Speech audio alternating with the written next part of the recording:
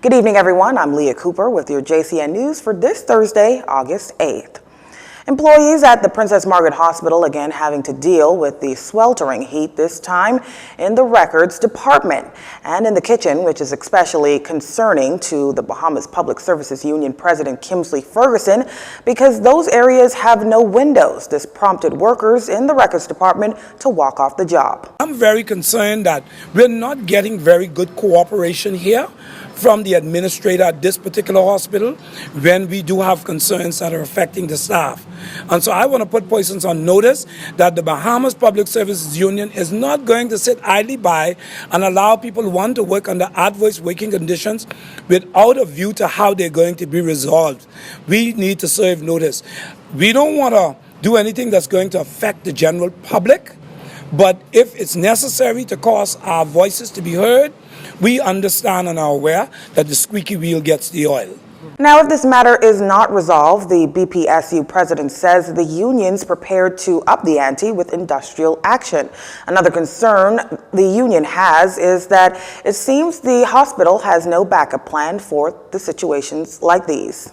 Based on how rapid and consistently these units have been malfunctioning, the concern is whether or not there's been an assessment to determine whether or not the units are aging and needs to be replaced. So if it's malfunctioning at that rate, then we need to look at how old the units are with a view to replacing them. We're here to work with management of the hospital because we understand the importance of healthcare. But at the same time, we need management to be sensitive to the fact that they are human beings working under these adverse conditions.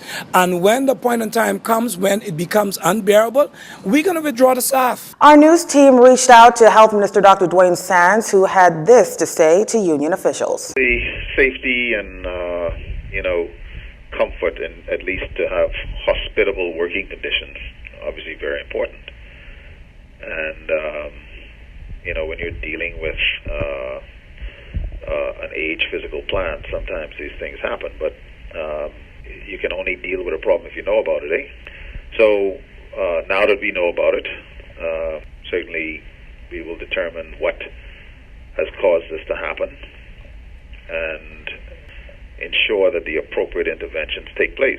The union president advises that just over 20 workers are impacted by this issue and is hopeful the matter will be addressed soon. Safe and sound, a Good Samaritan fisherman rescued 3 occupants of a downed aircraft 20 miles east of Bimini.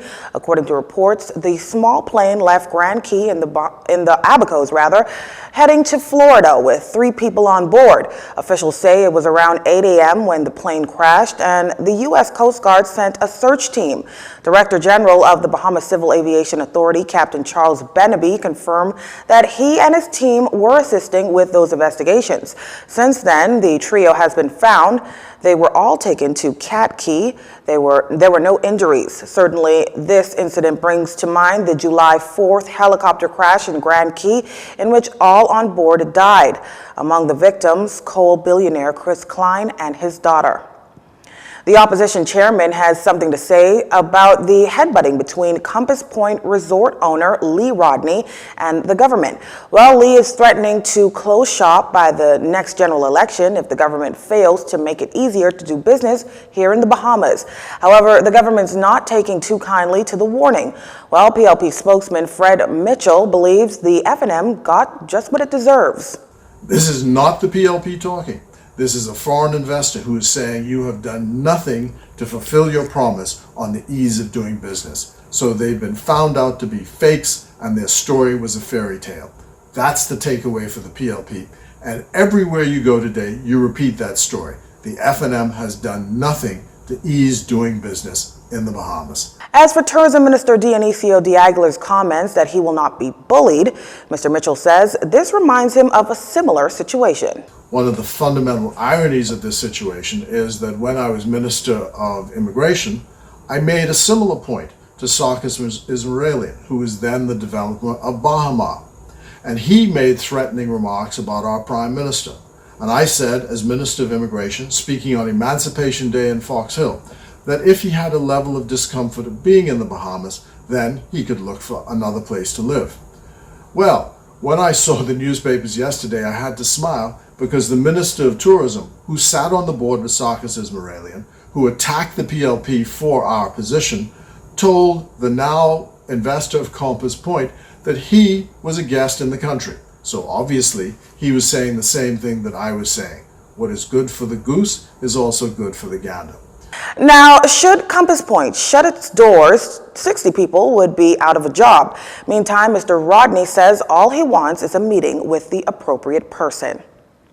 Well, over in the Democratic National Alliance's camp, party leader Arinthia Komolafe expressed disappointment in seeing a foreign investor lambast a sitting administration while using the employment of Bahamians as a bargaining tool.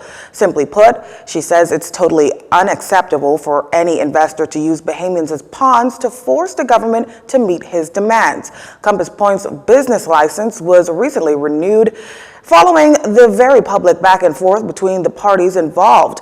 However, Mrs. Komolafe says Bahamians deserve to know what, if any, favors were given and what promises were made to the investor in question by the minister-led administration to encourage him to issue a public reprimand to a sitting government. This situation, she says, brings to mind the unanswered questions surrounding the shady post office deal and the Prime Minister's calls with former Cabinet Minister Brent Simonet guaranteeing the Town Center Mall contract. The DNA leader says the situation also shines more light on the role special interest groups play in the country's political system and the urgent need for campaign finance reform in the Bahamas.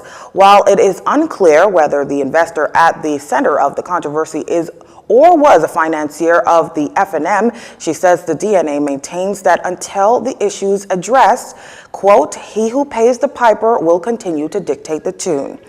You're watching JCN News. Stay with us. This segment of the news was brought to you by Alive.